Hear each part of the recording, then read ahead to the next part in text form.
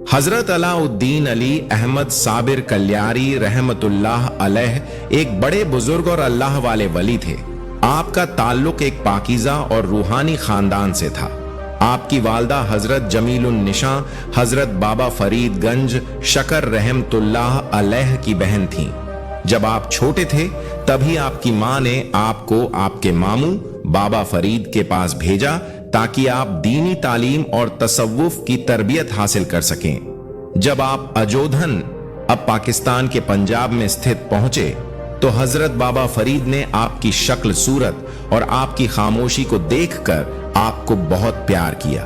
उन्होंने आपको खानकाह के लंगर खाने की जिम्मेदारी सौंपी और कहा, बेटा यह लंगर खाना अल्लाह के मेहमानों के लिए है, इसका अच्छे से ख्याल रखना। आपने सर झुकाकर कहा, जो हुक्म हजरत। और उस दिन से आप लंगर खाने में लगे रहे।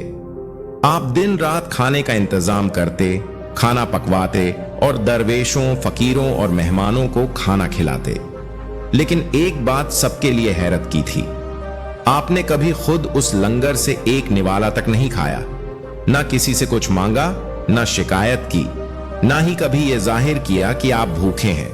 एक दो दिन नहीं, हफ्ते नहीं, पूरे 11 साल तक आप यूं ही भूखे रहते रहे, सिर्फ अल्लाह का नाम लेते हुए सब्र और शुक्र में लगे रहे।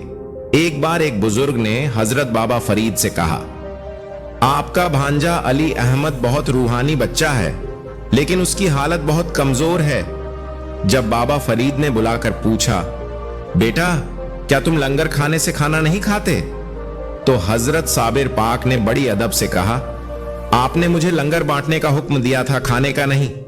यह सुनकर बाबा फरीद की आंखें भर आईं।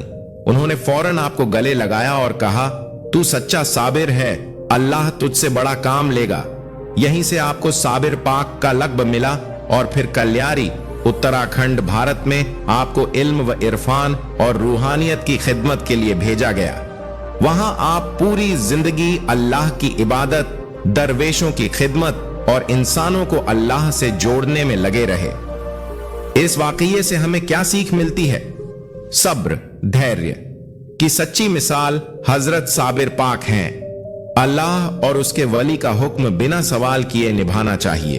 तवक्कुल, भरोसा अगर दिल से हो तो अल्लाह बुलंदियों तक पहुंचा देता।